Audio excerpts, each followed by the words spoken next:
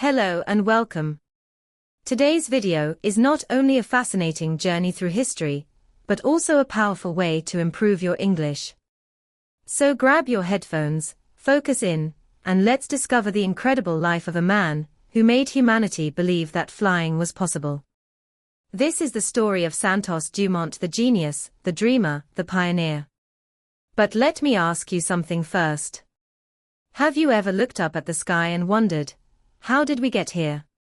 How did humans go from walking on dusty roads to soaring above the clouds in steel birds? The answer doesn't just lie in textbooks or American museums. It lies in the soul of a Brazilian man who, over 100 years ago, changed the course of history with nothing but his mind, his courage, and an unshakable obsession with flight. While the world often credits the Wright brothers for inventing the airplane, millions of people, especially in Brazil and parts of Europe, believe it was actually Santos Dumont who made the first real public flight in a heavier-than-air machine, the legendary 14 bis, right in front of hundreds of witnesses. But who really was this man?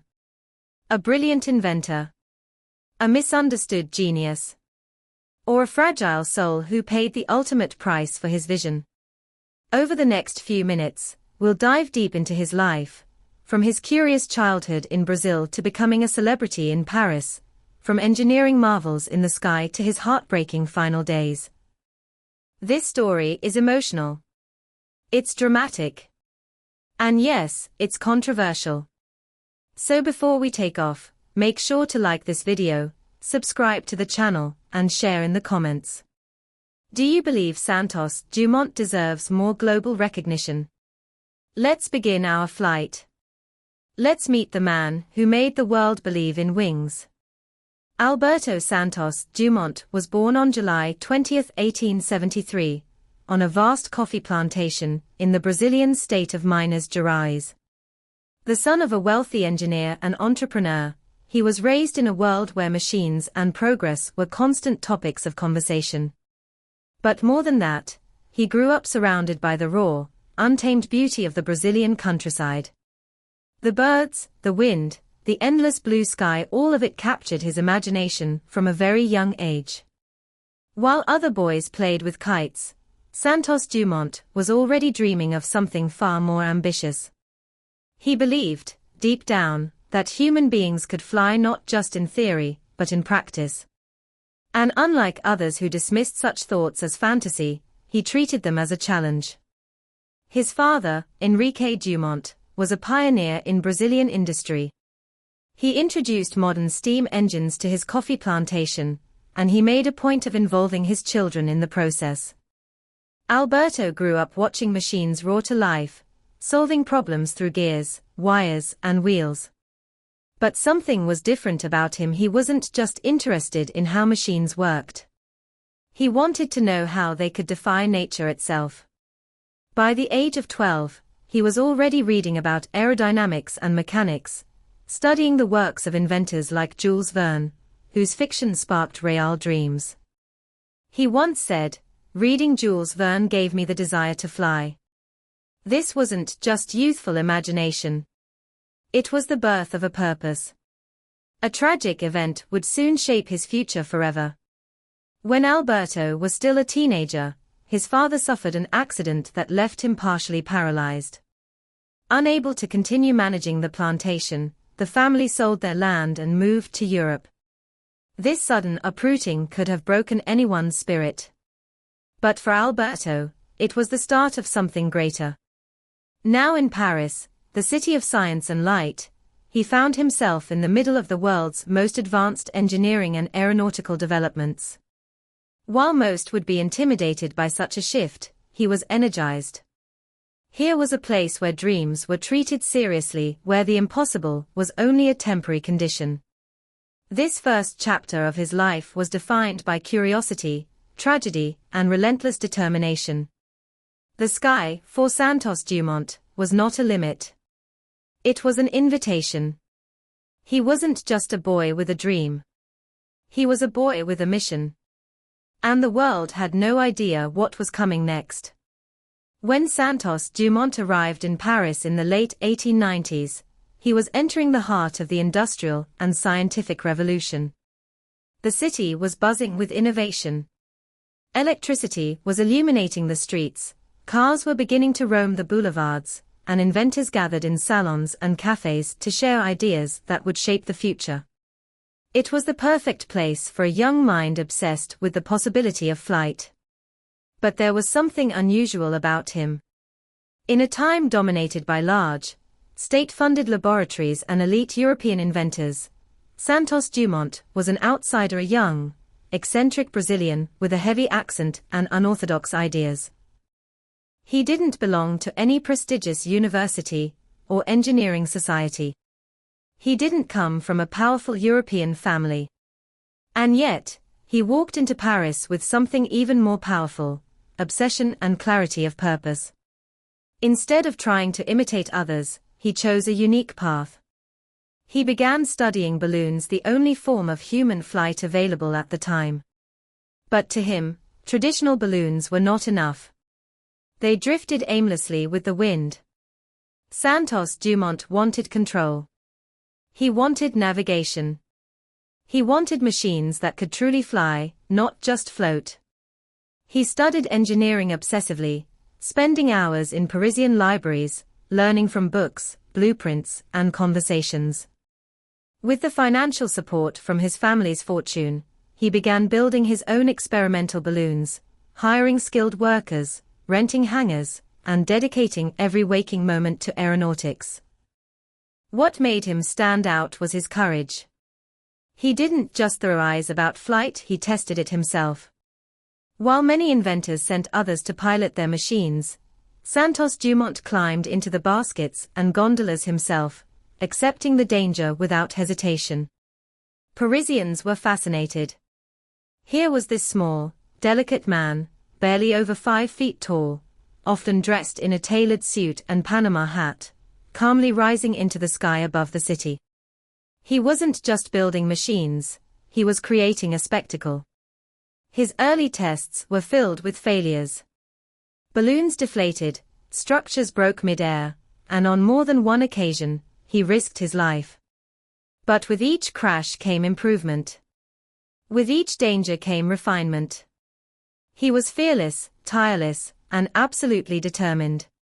By 1901, he was preparing something that would finally make the world take notice: a flying machine that could not only rise and float, but turn, circle, and return. And he would do it in front of an audience that had never truly believed it could be done. Santos Dumont wasn't just challenging physics. He was challenging Europe's elite to witness the impossible. The year was 1901. Paris was captivated by a challenge that seemed impossible: win the Deutsche la Meurthe Prize, a reward of 100,000 francs for anyone who could fly from the Parc de Saint-Cloud to the Eiffel Tower and back in under 30 minutes. It was a test of speed, control, and navigation. Many believed it was unachievable. The airships of the time were either too fragile or too slow. No one had succeeded. No one had even come close. But Santos Dumont believed he could. He had already been experimenting with several models of airships, elongated balloons equipped with small gasoline engines, rudders, and propellers. His first 5 models had mixed results, some even ending in crashes. But they taught him everything he needed to know. Now, he unveiled a new creation, the dirigible number 6.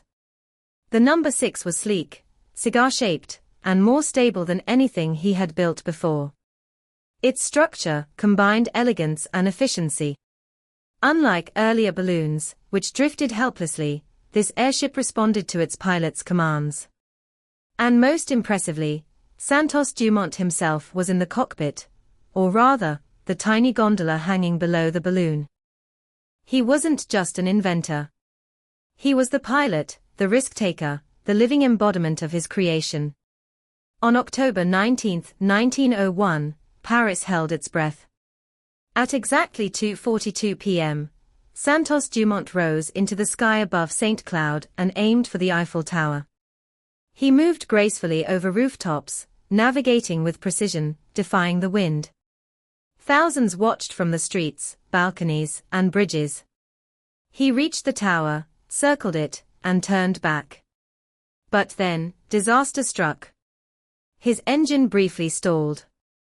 The wind began pushing him off course. For a moment, it seemed he might fail. But he restarted the engine mid-air, adjusted the rudder, and corrected his path.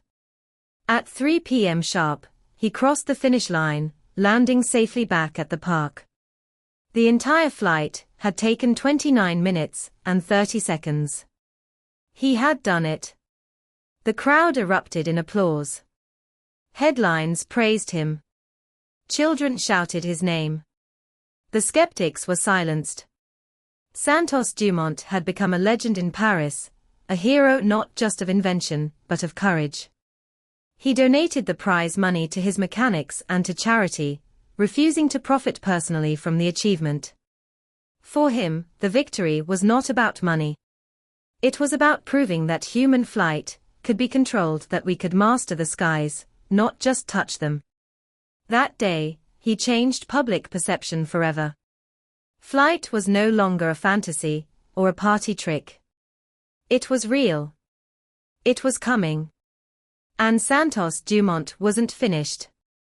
He had already conquered the skies with balloons and airships. Now, he would take on something even more ambitious, building a heavier-than-air machine that could fly freely, with no gas, no envelope, and no illusions. In the early 20th century, the world was racing toward the skies. While Santos Dumont was dominating headlines in Europe with his airships, rumors began to spread from the United States. The Wright brothers, two bicycle mechanics from Ohio, had reportedly built and flown a heavier-than-air machine in 1903. But there was a problem: no one had seen it happen. Their flights, though possibly historic, had occurred in secrecy, far from public eyes, with no independent verification. At the time, the scientific community in Europe remained skeptical. It was an age that demanded proof, not claims. Santos Dumont had no interest in working behind closed doors. His philosophy was simple: inventions that change the world must be witnessed by the world. And so, in 1906, he unveiled his most ambitious project yet, the 14 bis, a fixed-wing aircraft made of bamboo, canvas, and wire. It looked fragile, awkward, almost like a giant bird skeleton. But it was powered by a gasoline engine, designed to take off under its own power, without ramps, catapults, or external assistance. In other words, it was a true airplane. The scientific and aviation communities in Paris gathered to witness the test. There were photographers, journalists, judges from the Aero Club de France, and curious civilians. All eyes were on the odd-looking machine and the man standing beside it. On October 23, 1906, Santos Dumont climbed into the cockpit of the 14 bis. The engine roared to life. The wheels rolled forward across the ground. Then, to the shock of everyone watching, the aircraft lifted off, flew approximately 60 meters at a height of 2 to 3 meters, and landed safely.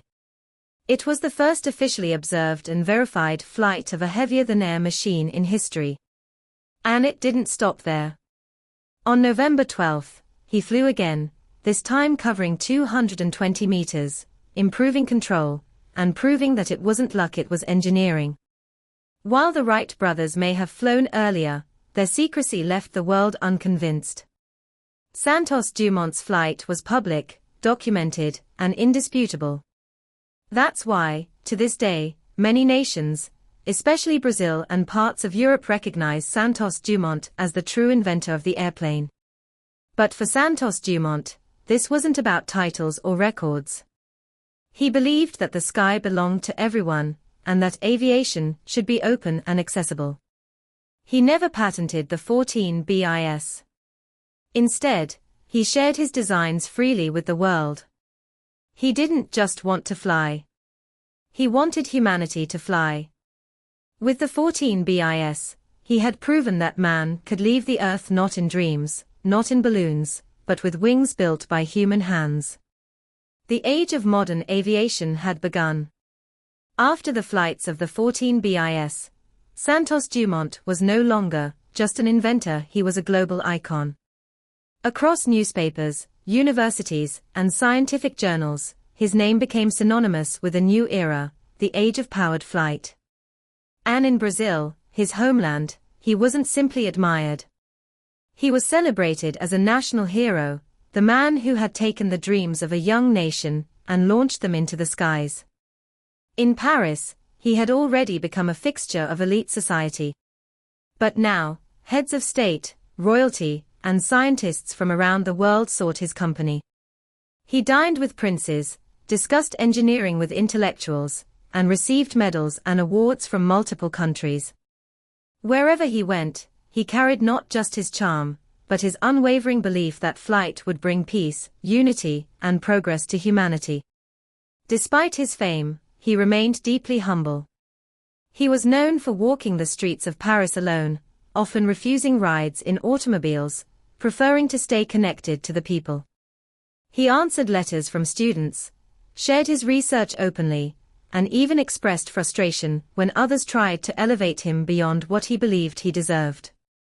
"I am just a mechanic," he once said. But to the Brazilian people, he was so much more. When he returned to Brazil after the 14 bis success, crowds filled the streets to welcome him. Schools, streets, and monuments were named after him. Children studied his work in classrooms. He was living proof that Brazil could produce not only coffee and rubber, but minds capable of reshaping the world. He continued developing new flying machines, including the Demoiselle, a small, lightweight aircraft considered by many to be the first ultralight plane. It could be assembled by amateurs, used a motorcycle engine, and inspired future aviation designs. Again, he refused to patent it. He wanted others to build on his ideas freely.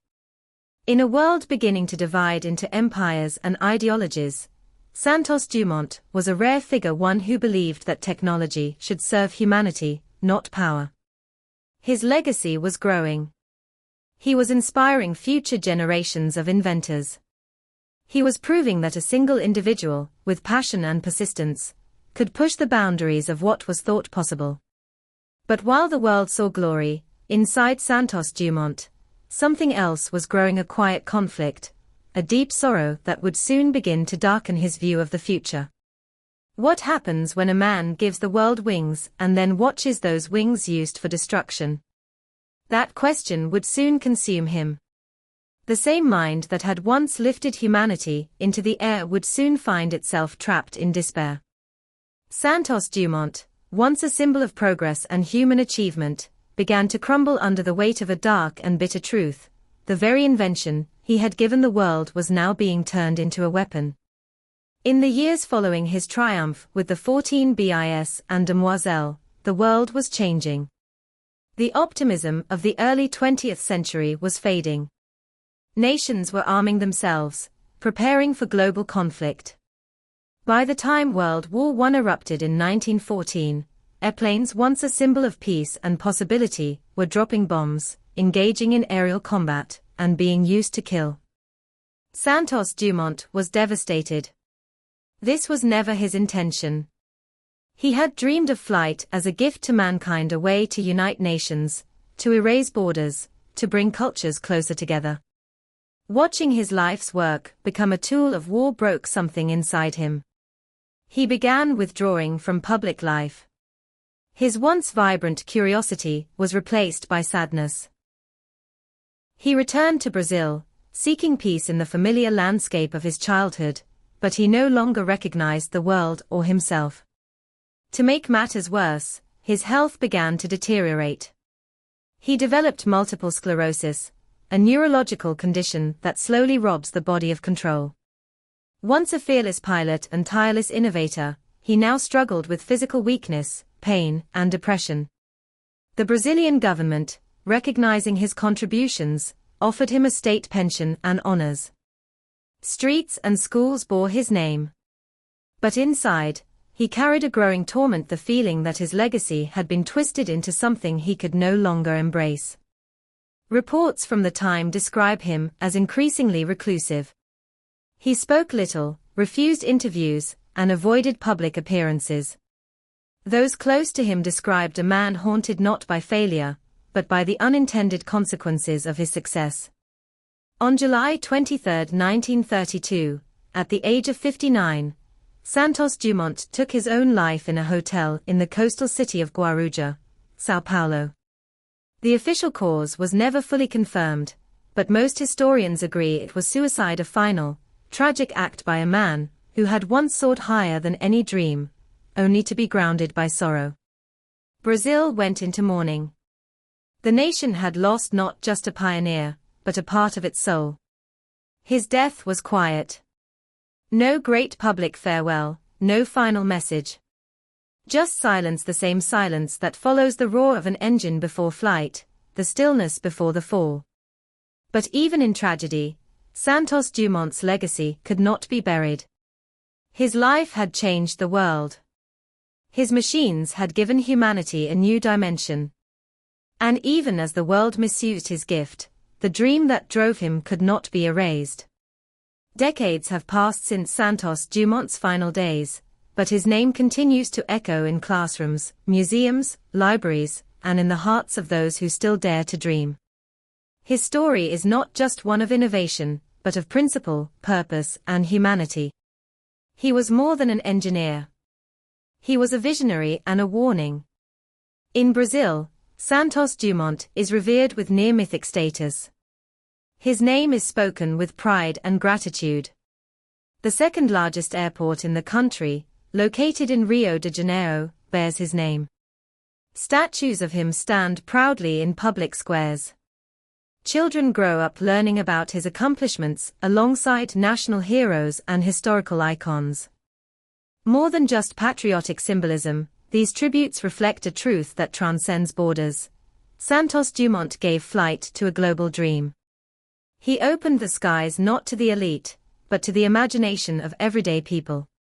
He showed the world that technology was not reserved for empires or military powers, but for dreamers, inventors, and visionaries, even one born in the countryside of Brazil. He remains one of the few aviation pioneers who built his flying machines in public, flew them publicly, and shared his designs with the world without seeking fortune. His decision to never patent his work remains one of the greatest testaments to his character. He believed knowledge should be free, that humanity would move faster if we learned together, not apart. In the larger story of aviation, his contributions are no longer denied. While the Wright brothers made significant advances in controlled flight, Santos Dumont's publicly verified, self-propelled flight of the 14 bis remains a cornerstone of aviation history. His willingness to take risks, to share knowledge, and to inspire with transparency still separates him from so many others. He also lives on in unexpected ways in the design of aircraft, in engineering philosophies that prioritize simplicity and efficiency, and even in the spirit of ethical invention. In a world increasingly driven by competition and secrecy, Santos Dumont's life reminds us that the greatest breakthroughs come not from greed, but from generosity. His story is taught not just in Brazil, but around the world. He is remembered as an inventor, but also as a deeply human figure, brilliant, flawed, passionate, and ultimately overwhelmed by the weight of his own impact. His life is both a triumph and a tragedy, a testament to what one person can achieve and a cautionary tale about what happens when humanity loses sight of the purpose behind its progress. And perhaps that is the final gift of Santos Dumont. Not the machines. Not the records. But the message. Let us fly not to dominate, but to connect. Let us invent not to destroy, but to uplift. Let us dream, and let us do so with humility. Because sometimes, changing the world doesn't begin in a laboratory. Sometimes, it begins with a boy looking up at the sky. The story of Santos Dumont is more than a historical account. It's a mirror, reflecting the beauty and danger of human ambition. It reminds us of what's possible when passion meets persistence, when vision is matched by action, and when invention is guided not by profit, but by purpose. This man, born on a coffee farm in the Brazilian countryside, didn't wait for permission to change the world. He didn't hide behind government contracts or private laboratories. He studied. He experimented. He failed again and again until he flew. And when he finally succeeded, he did it in full view of the world, with no secrets, no patents, and no hesitation. In a time when society often rewards secrecy, competition, and individual gain, Santos Dumont chose the opposite path. He chose to share. He believed knowledge should be open. That the sky belonged to everyone. And that no invention is truly great unless it serves humanity. But perhaps the most haunting part of his legacy is the emotional cost of innovation. He lived long enough to see his dreams turned into instruments of war. And that pain, the pain of seeing something beautiful become something violent, became a burden too heavy for him to carry. So what can we take from this? First, let us never forget the power of vision. Santos Dumont believed in flight at a time when most thought it was madness. He reminds us that real innovation doesn't begin in factories, it begins in the imagination. Second, let us embrace the courage to try. He risked his life to test his machines, not out of recklessness, but out of conviction. Today, too many of us fear failure. Dumont welcomed it because to him, every fall was just another step closer to flight. And third, let us carry his ethics forward. In a world rushing toward technological advancement, we must ask ourselves the same question Dumont struggled with. Are we building to uplift or to destroy? As you finish this video, take a moment to look up at the sky. The next time you board a plane, or see one flying overhead, remember that it wasn't just built with metal and engines. It was built with dreams, with sacrifice, and with the unshakable belief of a man who gave everything so that humanity could fly. Santos Dumont was not just a father of aviation. He was a guardian of human potential.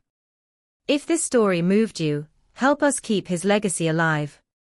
Like this video. Share it with someone who needs inspiration.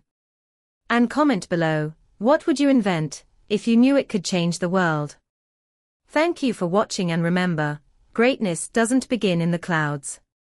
It begins the moment you choose to look up.